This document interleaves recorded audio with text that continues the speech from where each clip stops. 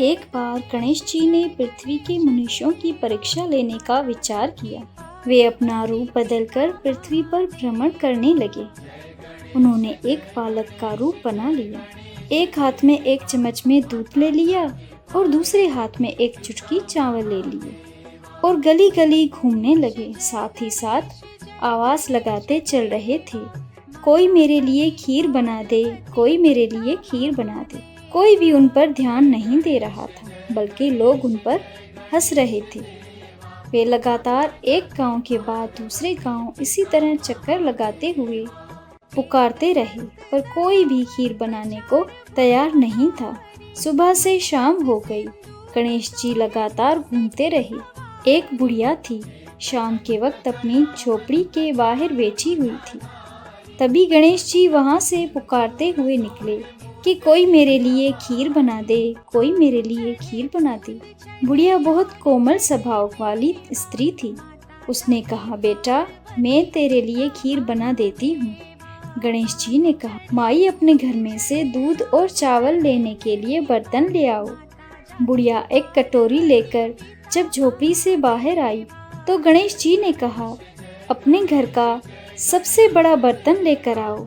बुढ़िया को थोड़ी झुंझलाहट हुई, पर उसने कहा, चलो बच्चे का मन रख लेती हूँ, और अंदर जाकर वो अपने घर का सबसे बड़ा पतीला लेकर बाहर आई। गणेश जी ने चम्मच में से दूध पतीले में उड़ेलना शुरू किया। तब बुढ़िया के आश्चर्य की सीमा ना रही जब उसने देखा कि दूध से पूरा पतीला भर गया है। एक के बाद एक वो बर्तन झोपड़ी से बाहर लाती गई और उसमें गणेश जी दूध भरते गए। इस तरह घर के सारे बर्तन दूध से भर गए। गणेश भगवान ने बुढ़िया से कहा, मैं स्नान करके आता हूँ, तब तक तुम खीर बना लो, मैं वापस आकर खाऊंगा। बुढ़िया ने पूछा, मैं इतनी सारी खीर का क्या करूँगी? इस पर गणपति जी बोले, सारे गांव को दावत दे दो। बुढ़िया ने बड़े प्यार से मन लगाकर खीर बनाई। खीर की भीनी भीनी मीठी मीठी खुशबू चारों दिशाओं में फैल गई। खीर बनाने के बाद वो हर घर में जाकर खीर खाने का न्योता देने लगी। लोग उस पर हंस रहे थे कि बुढ़िया के घर में तो खाने का दाना नहीं और ये सारे गांव को खीर खाने की दावत दे रही है। लोगों को कौतूहल हुआ और खीर की खुशबू से लोग खींचे चले आए। सारा गांव बुढ़िया के घर में इकट्ठा हो गया। जब बुढ़िया की बहू को दावत की बात मालूम हुई तब वो सबसे पहले वहां पहुंच गई। उसने खीर से भरे पतीलों को जब देखा तो उसके मुंह में पानी आ गया। उसे बड़ी जोर से भूख लगी हुई थी। उसने एक कटोरी में खीर निकाली और दरवाजे के पीछे बैठकर खाने की तैयारी करने लगी। इसी बीच एक छींटा गिर गया और गणपति जी को भोग लग गया और वे प्रसन्न हो गए।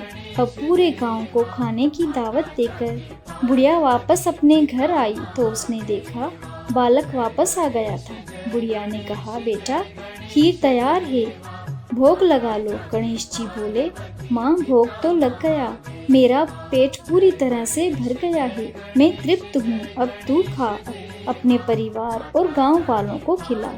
बुढ़िया ने कहा, ये तो बहुत ज्यादा है, सबका पेट भर जाएगा, इसके बाद भी ये बच जाएगी, इस बची खीर का मैं क्या करूँगी?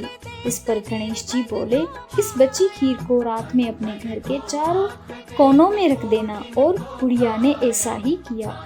जब सारा गांव जी भरकर खीर खा चुका था तब भी ढेर सारी खीर बच गई।